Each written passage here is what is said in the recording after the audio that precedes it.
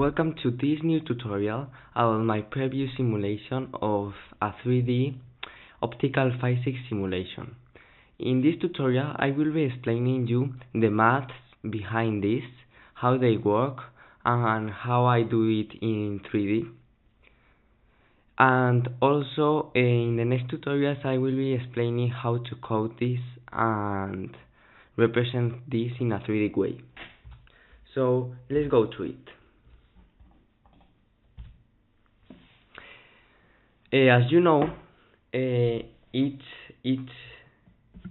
photon that is represented here describes in a real movement a wave movement. But because of the fact that the speed of these photons is the speed of light, that is this speed, they are too fast, and we don't appreciate that wave movement with the amplitude. But however, I will explain you how it works. Firstly, you need to know this general formula, that is, this is the wavelength and this is the frequency. And to get the speed of a photon, for example, we need its wavelength and the frequency. The wavelength depends on the color of the photon. It can be red, white, or whatever, and it goes from this range approximately. And you need to know that also this is a nanometer. And also the frequency is constant when we change between different media. For example, if this is water and this is anything, okay, the frequency when the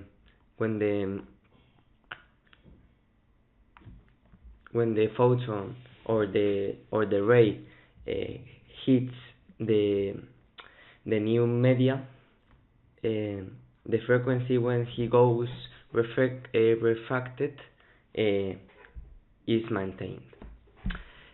Also, as you are seeing here, this is the general formula of a wave movement, and this is described here.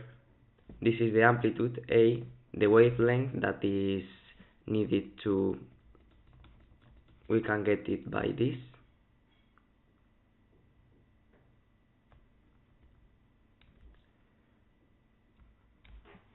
Okay, and also the speed, the radiant speed is this, to get the general wave movement.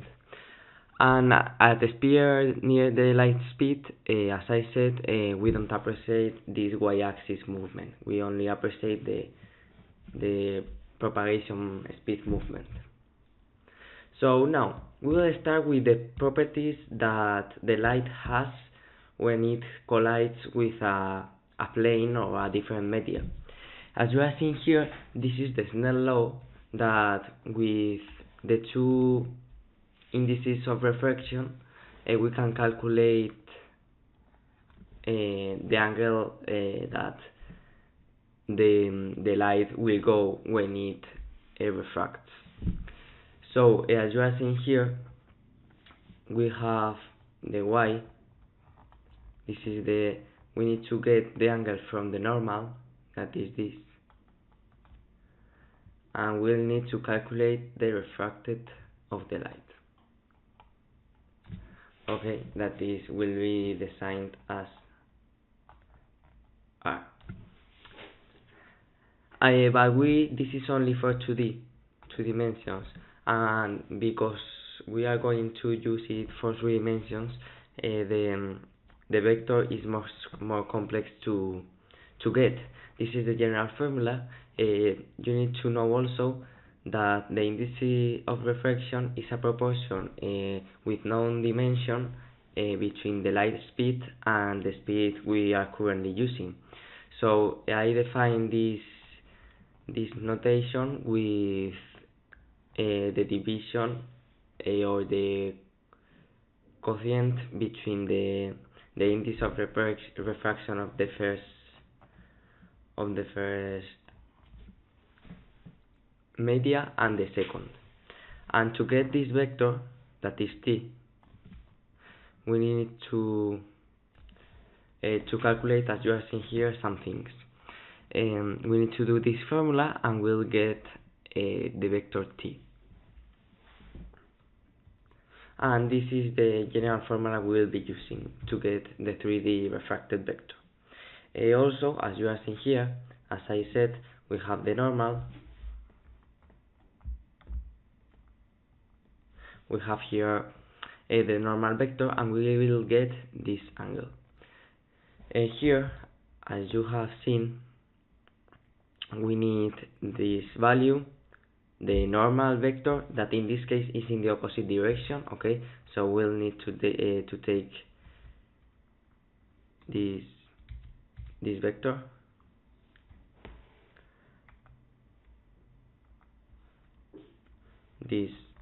vector, that is minus n, and also you will need to have the incident vector, and that's all. With that things, you can calculate the refracted vector that you are seeing here with S2. Then we'll have the reflection.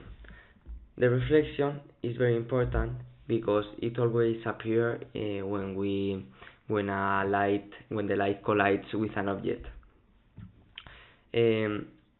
Also, the refraction can't appear in some cases, but the reflection is always there. You need to know that it's very simple. If we have here the normal vector, that is this angle must be the same as this.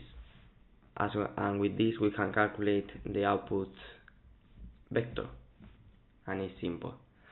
And then, as I said, we have the dispersion. You need to know that from this and this wavelength, we have the visible spectrum, that are all the colors. The white is a mixture of all the colors. So when a white light collides with, for example, a sprint, it will output all the colors, because I will explain later. But when it collides, the white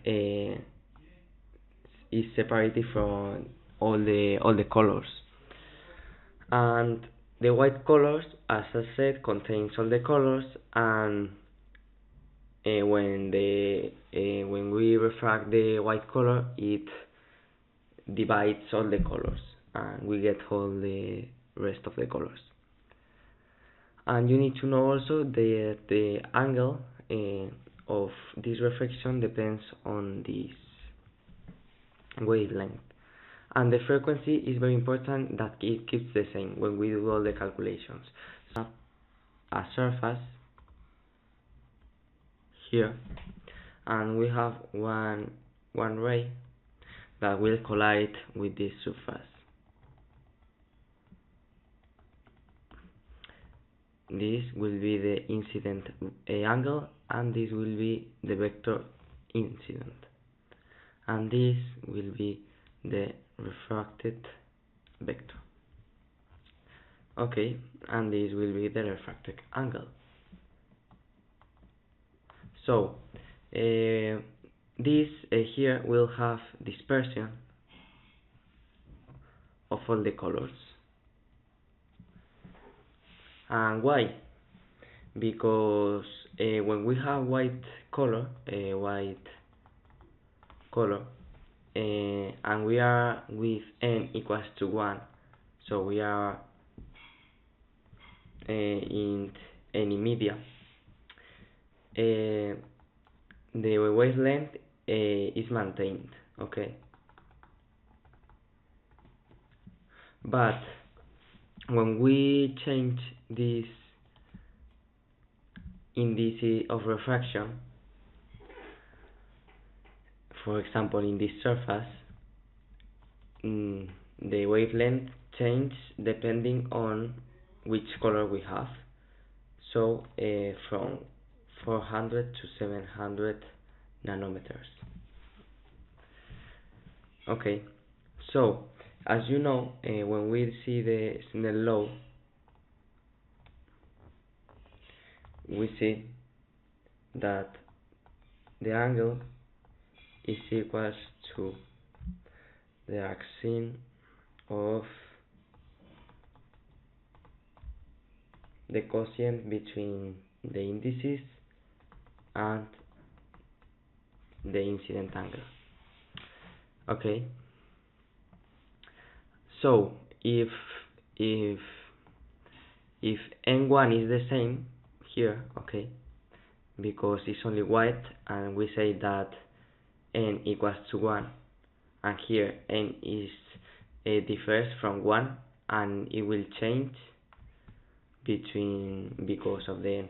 This is because n is equals to the speed of light and the current speed, and this is equals to this.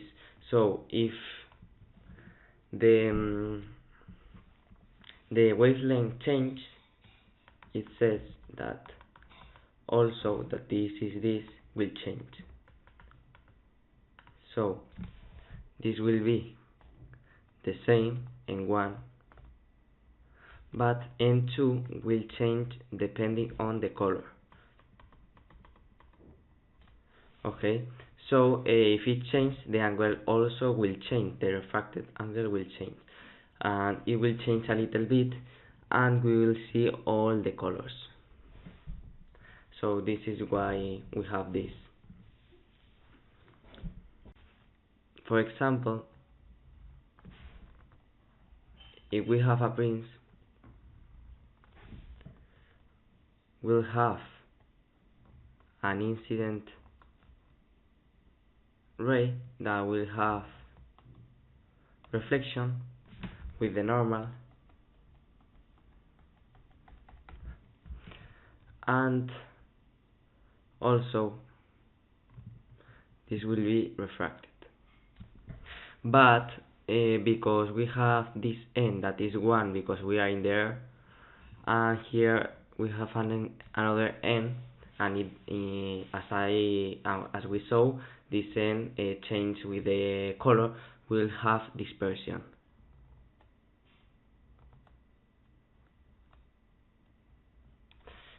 And all this dispersion will have, for example, here red, green, blue, also will have reflection,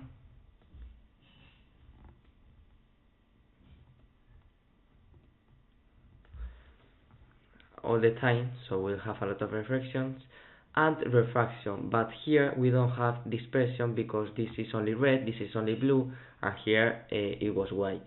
We have here a white. So we'll have all the refractions, and these speeds will change. We have B1, B2, B3, B4, and B5, and this is how it works.